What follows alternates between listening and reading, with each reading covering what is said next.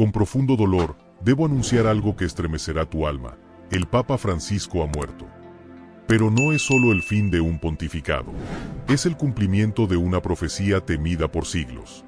Una que anunciaba que, con él, terminaría la Iglesia como la conocemos. No fue un anuncio. No fue un titular.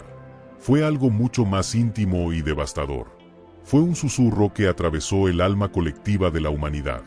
El Papa ha muerto. Y no cualquier Papa.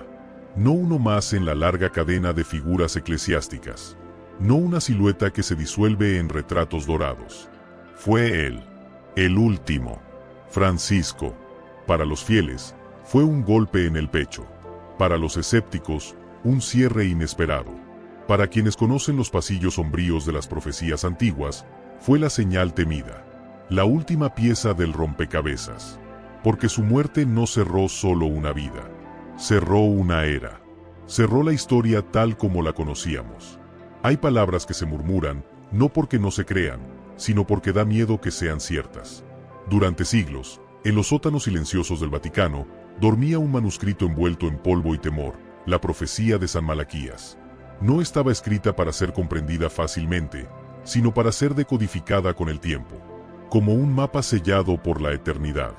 112 lemas, 112 sombras proféticas, cada uno representando un papa, desde Celestino II, en el siglo XII, hasta ahora, el último, el que llevaría sobre sus hombros el peso del juicio.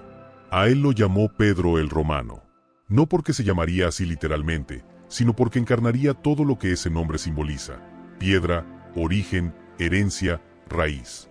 Y lo más espeluznante de todo, después de él, no habría más papas. La historia institucional de la Iglesia terminaría ahí, y lo que vendría no sería sucesión, sino purificación. Francisco fue ese último eslabón. Pero no parecía un final. Parecía un comienzo nuevo. Era amable, cálido, compasivo. Un hombre que no imponía, sino que invitaba. Que no hablaba desde un trono, sino desde la calle, desde la herida, desde el polvo. Nació en Buenos Aires, en un barrio común, con aceras rotas y olor a pan recién horneado. Su nombre era Jorge Mario, pero su alma ya estaba marcada por un linaje más antiguo, porque su sangre no era argentina, era romana, italiana. Sus padres emigraron desde el norte de Italia, escapando de un país fracturado.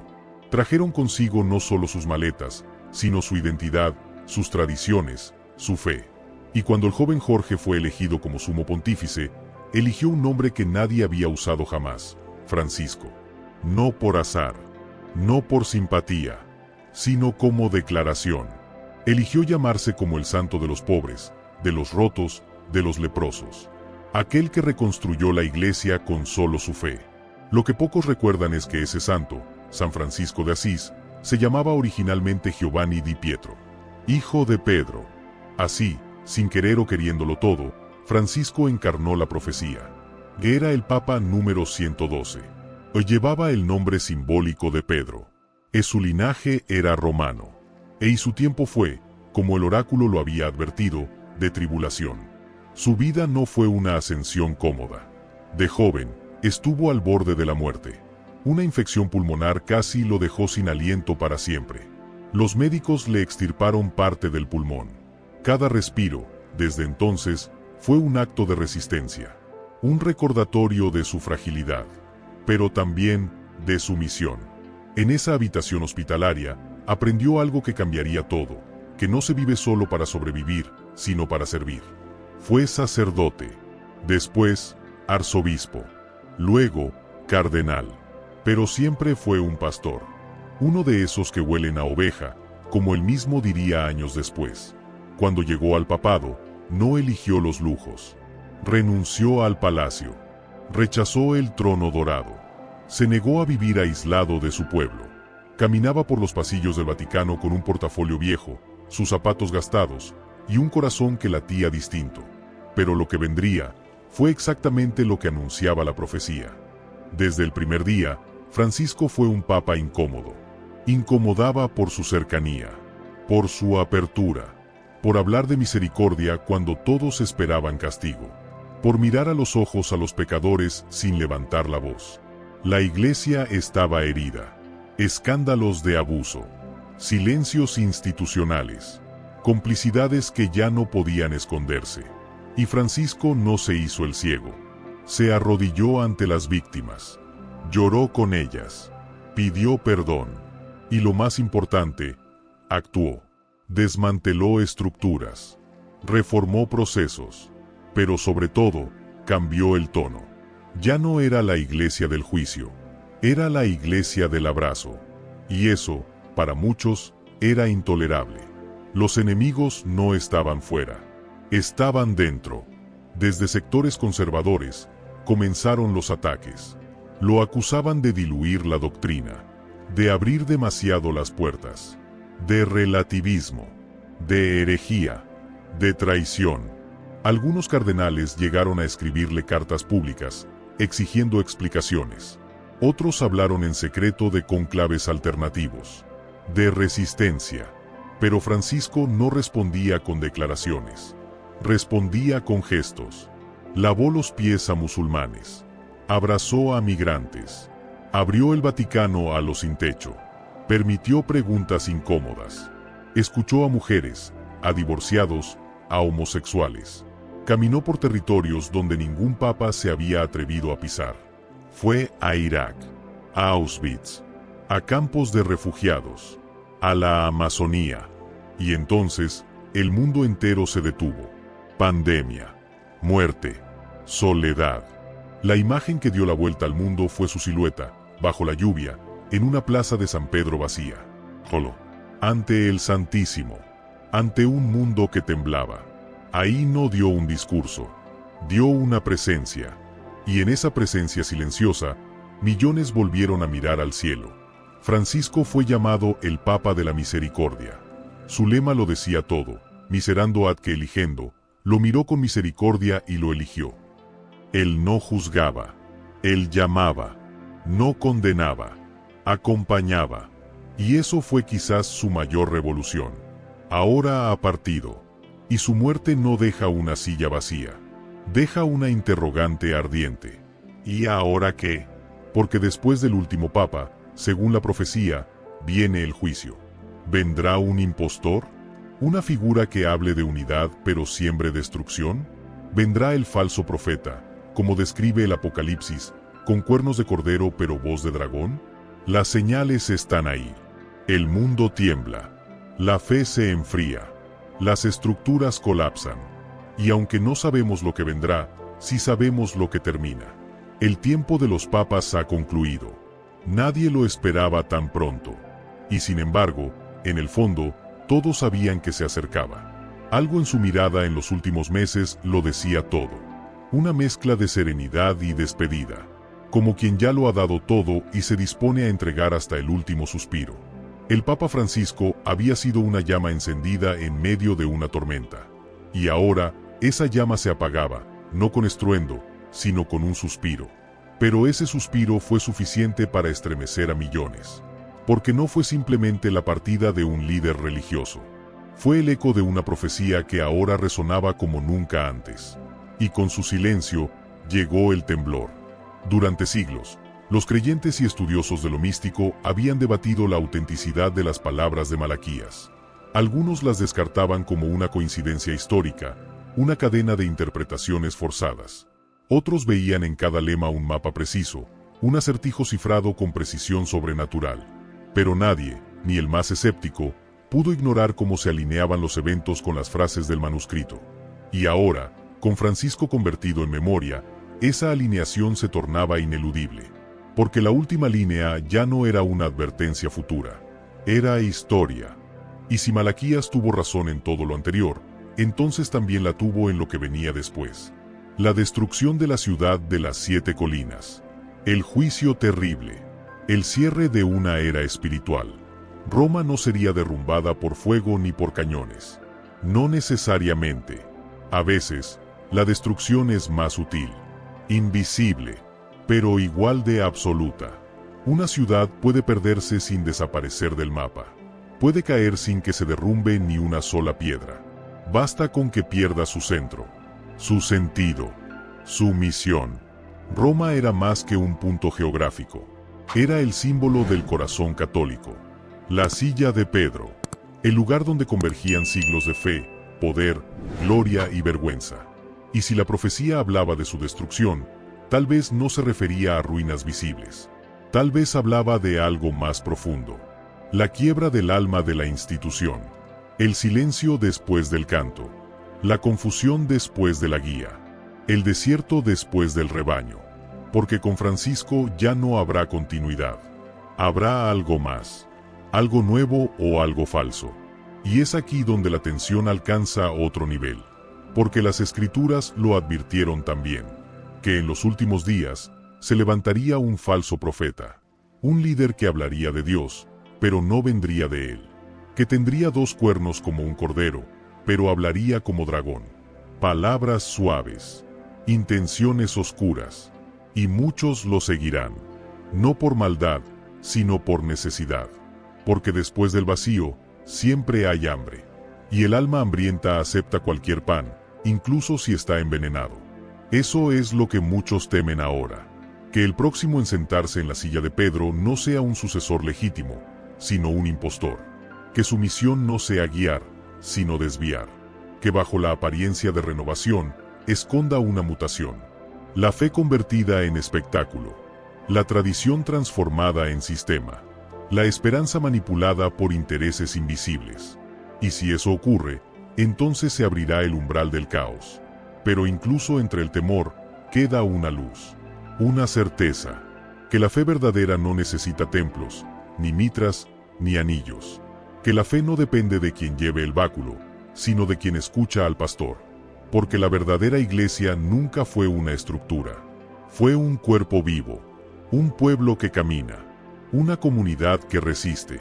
Una llama que no se apaga aunque soplen todos los vientos. Una verdad que no cambia aunque cambien los tiempos. Francisco lo entendía. Por eso insistía en la sinodalidad. Una palabra extraña para muchos, pero esencial para él. Significaba caminar juntos. Escuchar al Espíritu en todos. No solo en los altos cargos. No solo en los doctos. También en los humildes. En las mujeres. En los jóvenes. En los que han sido callados por siglos. Su visión era clara: o la iglesia se abre, o se extingue. Eso le costó enemigos. Le costó aislamiento. Le costó ser malinterpretado. Pero no le costó el alma. Su alma permaneció firme. Dolida, sí, pero intacta. Porque nunca buscó agradar. Buscó obedecer. Y esa obediencia no era ciega, era radical. Una entrega sin reservas al mensaje de Jesús. No al Jesús ceremonial, sino al Jesús de los caminos de tierra. Al que tocaba a los leprosos. Al que lloraba con las viudas. Al que defendía a los adúlteros. Al que gritaba contra los hipócritas. Ese Jesús vivía en cada palabra de Francisco. Y ahora, con su partida, ese Jesús queda en nuestras manos. Y por eso, su muerte pesa tanto. Porque no solo se va un papa. Se va una forma de estar en el mundo. Una forma de ser iglesia. Y la gran pregunta que queda es, ¿volverá esa forma? ¿O será reemplazada por algo que la imita por fuera y la traiciona por dentro? Las señales están por todas partes. Guerras que ya no se esconden. Hambres que se multiplican. Tierras que tiemblan. Cielos que se incendian. Almas que se enfrían. Todo lo que fue escrito. Todo lo que se anunció. El principio de dolores, como dijo Jesús. Y ahora, sin Francisco, el escenario queda listo. No para el fin del mundo, pero sí para el examen de su alma. Porque lo que viene no es destrucción. Es discernimiento, separación, purificación. Es ahora cuando cada creyente debe decidir. No solo si seguirá a un nuevo papa, sino si seguirá escuchando la voz de Dios por encima del ruido. Porque el juicio no empieza con truenos. Empieza en el corazón, en la decisión cotidiana de vivir con fe, o de sobrevivir con miedo, de mantenerse en pie, o de arrodillarse ante ídolos disfrazados de salvadores. La profecía se ha cumplido, pero el futuro aún no está escrito, porque lo que viene, aunque anunciado, aún puede transformarse. No desde el poder, sino desde la fe, desde dentro, desde abajo, desde lo pequeño. Y esa es la herencia de Francisco. No dejó monumentos, no dejó una iglesia más rica, dejó algo mucho más difícil de construir y más imposible de destruir, una conciencia despierta. Un clamor silencioso que se esconde en cada rincón donde alguien reza con el corazón roto. Una luz que no necesita candelabros, porque vive en la mirada del que ama sin condición. Él no fue el último papa por azar. Lo fue porque su tiempo marcó un cierre, pero también un llamado. A despertar, a volver al origen, a dejar de mirar hacia arriba buscando jerarquías, y empezar a mirar alrededor buscando hermanos y hermanas, y caminos nuevos. Porque si el juicio está cerca, entonces también lo está la oportunidad de amar con más verdad, de vivir con más profundidad, de creer con más fuego, no por obligación, sino por certeza. Francisco ha partido, pero su eco sigue, y nos pregunta, con una voz que ya no escuchamos con los oídos, sino con el alma: ¿estás listo? El eco de su partida aún no se había apagado, y ya el mundo parecía cambiar de ritmo. Las campanas que solían anunciar su presencia callaban. Los pasillos del Vaticano, ahora envueltos en una calma inquietante, ya no vibraban con el murmullo de sus pasos ni con el susurro de sus oraciones. Algo se había ido, algo que era más que un hombre, algo que no podía reemplazarse con otro nombre ni con otro rostro. Era como si la historia se hubiese cerrado suavemente, pero de manera irrevocable. Como un libro que se termina, no con un punto final, sino con una página en blanco que deja al lector contemplando su propio reflejo. Las calles de Roma, siempre vivas, se llenaron de miradas extraviadas. Peregrinos venidos de todo el mundo no sabían si rezar, llorar o simplemente caminar en silencio. En sus rostros había más que duelo. Había desconcierto, porque no era solo el Papa el que había muerto. Era la profecía, hecha carne y sepultura. Era el fin de una línea escrita en el alma del tiempo. Los cardenales, en sus capas escarlatas, se reunían en salas antiguas, cargadas de retratos y secretos. Hablaban bajo, como si temieran despertar algo más que el recuerdo. Sabían que lo que venía no era simplemente una elección. Era una decisión que tendría eco más allá de las fronteras visibles. Porque, aunque no lo dijeran en voz alta, todos sabían que la profecía terminaba con Francisco, y que cualquier elección después de él sería un salto al vacío, o peor, una negación del cielo. Y mientras tanto, en el resto del mundo, los signos no cesaban. Conflictos que parecían dormidos volvían a estallar. Naciones enteras al borde del abismo. La tierra temblaba en lugares donde nunca lo había hecho. El clima enloquecía. La violencia espiritual, esa que no deja sangre, pero sí cicatrices en el alma, se multiplicaba. Parecía que todo gritaba al unísono lo que nadie quería admitir, que algo se había roto. Muchos se refugiaban en el miedo, otros en la negación, pero algunos, los menos, los más despiertos, comenzaban a orar con otra clase de urgencia. Ya no pedían milagros visibles, pedían discernimiento, porque sabían que el verdadero peligro no es la ausencia de Dios, sino la presencia del engaño. No la oscuridad, sino la luz falsa. En muchos círculos, comenzó a hablarse del falso profeta, aquella figura que, según el libro del Apocalipsis, llegaría después del último testigo verdadero. Un líder carismático, hábil, sutil, que hablaría de unidad, pero dividiría, que invocaría la paz, pero prepararía el terreno para el caos, que parecería el Salvador, pero abriría el camino al enemigo. La figura aún no aparecía, pero su sombra, sí, se filtraba en discursos ambiguos, en proyectos de renovación que dejaban atrás la esencia, en sonrisas que no miraban a los ojos, en nuevas doctrinas que prometían tolerancia, pero sembraban confusión. Y entre tanto susurro y tanto temor, algunos comenzaron a recordar palabras antiguas que ahora cobraban una luz nueva.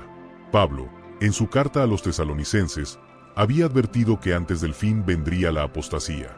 No una simple pérdida de fe, sino una traición desde dentro. Una fe vacía, institucional, decorada por fuera y corrompida por dentro. Jesús también lo había dicho, que en los últimos días, Muchos se levantarían diciendo ser enviados, pero engañarían incluso a los escogidos. ¿Era este ese momento? ¿Estaban ya caminando entre nosotros los heraldos del gran engaño?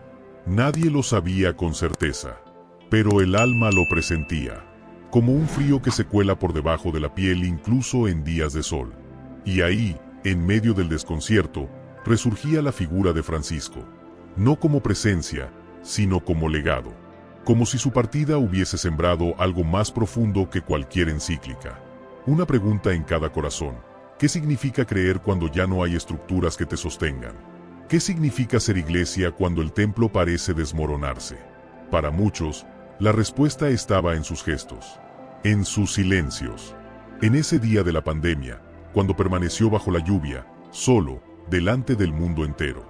En ese instante quedó claro que la fe no necesita multitudes, ni luces, ni rituales. Solo necesita verdad. Y Francisco la había vivido, incluso cuando le costó todo. Algunos decían que él lo sabía, que desde el primer día entendió que su papel no era solo ser papa, sino ser el último papa. Que su misión era preparar el corazón de los fieles para lo que venía después: el desierto, el silencio, la espera. Y quizás por eso habló tanto de la misericordia. No como excusa, sino como arma. La misericordia como la única forma de sobrevivir al juicio sin perder el alma. Como la única luz que no se apaga cuando el sol deja de salir. Porque en tiempos de tribulación, no sobrevive el más fuerte, sino el más compasivo. El que sabe perdonar. El que sabe esperar. El que, en medio del caos, sigue viendo el rostro de Dios en el que sufre. Y eso es lo que queda ahora. Una elección invisible. Entre dos caminos que ya no se distinguen por nombres, ni por cargos, ni por sotanas. Se distinguen por frutos, por corazones, por fuego interior. Uno lleva al rebaño hacia la verdad, el otro hacia el espectáculo. Uno busca pastores, el otro administradores. Uno es la continuación del espíritu, el otro el inicio del gran teatro. Y tú, que lees, que escuchas, que sientes, tendrás que decidir. Porque la historia no ha terminado. Solo ha cambiado de escenario. Y ahora, cada creyente es protagonista. No importa si eres sacerdote, madre, niño o anciano. La pregunta sigue siendo la misma. ¿A quién seguirás cuando la voz se confunda con el eco? Francisco no dejó herederos. Dejó un vacío. Y en ese vacío, Dios susurra. No con estruendo. No con fuego, con un murmullo apenas perceptible que atraviesa las certezas y llega directo al alma. Y ese susurro no pregunta por tu religión, pregunta por tu amor. ¿Sabes amar cuando ya no entiendes? ¿Sabes confiar cuando todo parece hundirse? ¿Sabes mantener la lámpara encendida cuando el aceite escasea? Esas serán las únicas preguntas que importarán en los días por venir. Y quizás, solo quizás, el juicio del que hablaba Malaquías no sea un castigo, sea una revelación. El momento en que cada uno mostrará lo que es, sin máscaras, sin escudos, sin justificaciones. Y si es así, entonces el fin no será destrucción, será verdad. El tiempo que siguió a su muerte fue, para muchos, una pausa invisible. No un silencio, sino una especie de suspensión. Como si la historia, de pronto, hubiera olvidado cómo avanzar. El mundo seguía girando, sí, pero con un ritmo distinto. Más lento, más denso, más cargado de preguntas. No era una tragedia, era un umbral. Y todo lo que alguna vez se había dado por hecho empezaba a tambalearse. No hubo una tormenta. No cayeron rayos del cielo. No se rompieron los cielos. Pero algo dentro del alma colectiva de la humanidad sí se resquebrajó. Como una grieta en el vidrio que, aunque pequeña, lo cambia todo. Porque ahora mirábamos la fe a través de esa grieta. Y lo que antes parecía claro, ahora se volvía incierto. Lo que era estructura, ahora era sombra. Lo que era tradición, ahora era duda. Muchos buscaron consuelo en la liturgia, en los rezos, en las imágenes. Pero otros, con el corazón más herido que el rostro, se alejaron. No por odio, sino por agotamiento. Porque cuando muere un pastor, el rebaño no siempre espera. A veces se dispersa. A veces huye, a veces se calla, y ese silencio es más temible que el grito del lobo. Y sin embargo, en medio de esa dispersión, comenzaron a encenderse pequeñas luces. En casas, en pueblos, en corazones. Gente que no hablaba en público, empezó a orar en lo secreto. Gente que se había alejado del templo, volvió a abrir la Biblia en soledad. No como rito, sino como auxilio. No como obligación, sino como ancla. Porque cuando todo se tambalea, lo que queda no es la doctrina, es el espíritu. La ausencia de Francisco fue como quitar una roca en mitad de un río. El agua ya no fluye igual. Cambia de dirección. Se agita. Busca nuevas salidas. Y eso fue lo que empezó a pasar con la fe. Ya no era vertical. Era subterránea. Silenciosa. Orgánica. Sin aplausos. Sin comunicados oficiales. Solo almas buscando a Dios con las uñas, con los ojos cerrados, con las rodillas raspadas. Las preguntas crecían como una bruma en los corazones. ¿Será este el tiempo del juicio? ¿Estará ya en marcha la última batalla entre la luz y la oscuridad? ¿Y si todo lo que se dijo sobre el falso profeta es real? ¿Y si ya ha sido elegido, ya está entre nosotros, ya está hablando? Pero había otra pregunta aún más urgente, más personal, más incómoda. ¿Y si el juicio no empieza afuera, sino dentro de mí?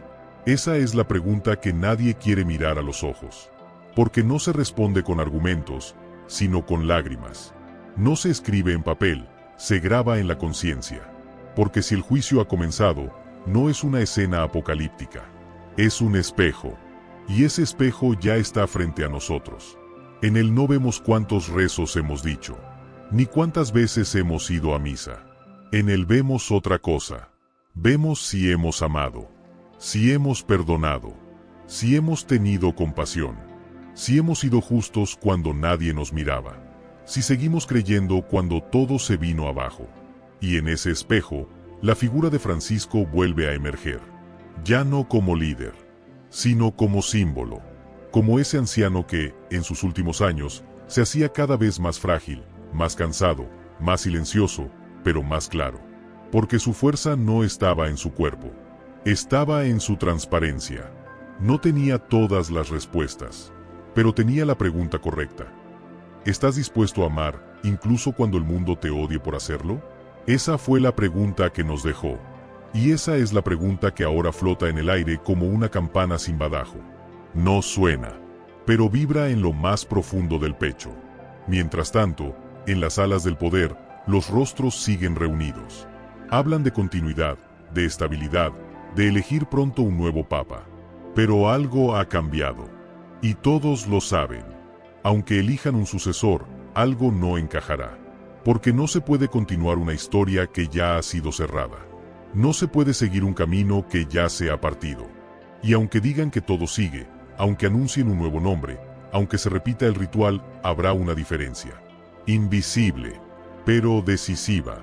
Y será esta, que el corazón sabrá, que algo no está bien, que algo suena distinto, que algo, por dentro, no resuena como antes. El espíritu ya no está en el centro. Se ha movido, no se ha ido, pero ahora está en otra parte, en otro lugar, en otra forma. Y quienes lo buscan, lo saben. No lo encontrarán en los salones dorados. Lo encontrarán en los márgenes, en las periferias, en las heridas, en el que llora solo, en la madre que no puede más, en el anciano que reza bajito en su cama. Ahí está el nuevo templo, ahí está la nueva sede del amor. Y quizás ese sea el verdadero significado de lo que llamamos el fin. No que todo se destruya, sino que todo se reordene, que lo que era centro pase a ser periferia, que lo que era invisible ahora se revele, que lo que parecía débil se vuelva fuerza, porque Dios nunca desaparece, solo se esconde, y siempre, siempre, se esconde en lo pequeño. Esa es la fe que sobrevive al juicio, la que no necesita espectáculo, la que se agarra al borde del manto cuando todo tiembla, la que dice sí aunque no entienda nada. Y esa fe está viva, porque aunque el Papa ha muerto, la esperanza no. Porque aunque la profecía se ha cumplido, el amor no se ha agotado. Porque aunque el juicio haya comenzado, aún hay tiempo. Tiempo para volver, para perdonar, para reconciliarse, para cambiar. Y si ese es el llamado que nos queda, entonces todo cobra sentido. La muerte de Francisco no fue solo el cierre de una época. Fue la señal de que ha comenzado otra. Una donde ya no basta con asistir. Ahora hay que vivir. Donde ya no sirve el título. Ahora importa la coherencia. Donde ya no basta con creer. Ahora hay que amar. Ese es el nuevo tiempo. Ese es el verdadero legado. Y ahora que todo ha sido dicho, que las palabras han formado un puente sobre el abismo del silencio, solo queda una cosa por hacer: mirar dentro. Porque si la historia ha cambiado, también debemos cambiar nosotros. Ya no basta con saber. Ahora hay que responder. Las señales han hablado. Las profecías se han cumplido. El último papa ha partido, y con él se ha cerrado un libro que llevaba siglos escribiéndose. Pero el fin de ese libro no significa oscuridad. Significa comienzo. El comienzo de una fe sin muletas, sin apariencias, sin máscaras. El comienzo de una iglesia que ya no vive de estructuras, sino de almas encendidas. Y tú, que has leído hasta aquí, ya formas parte de este nuevo tiempo. Porque no se llega hasta el final de un mensaje así por curiosidad. Se llega porque hay una chispa encendida. Algo en tu interior que late distinto. Que entiende que esto no es ficción. Es llamado. Es despertar. Es urgencia. No mires más afuera. No esperes al próximo gran líder, al próximo milagro, al próximo discurso. Mírate a ti. Porque tú eres ahora el eslabón. La antorcha. La voz. El juicio no viene para condenar. Viene para revelar. Para separar la apariencia de la verdad. El ruido del mensaje. La costumbre del compromiso.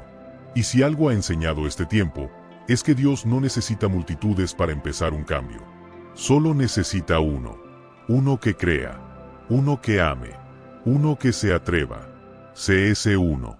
Perdona lo que parecía imperdonable. Abraza lo que rechazaste.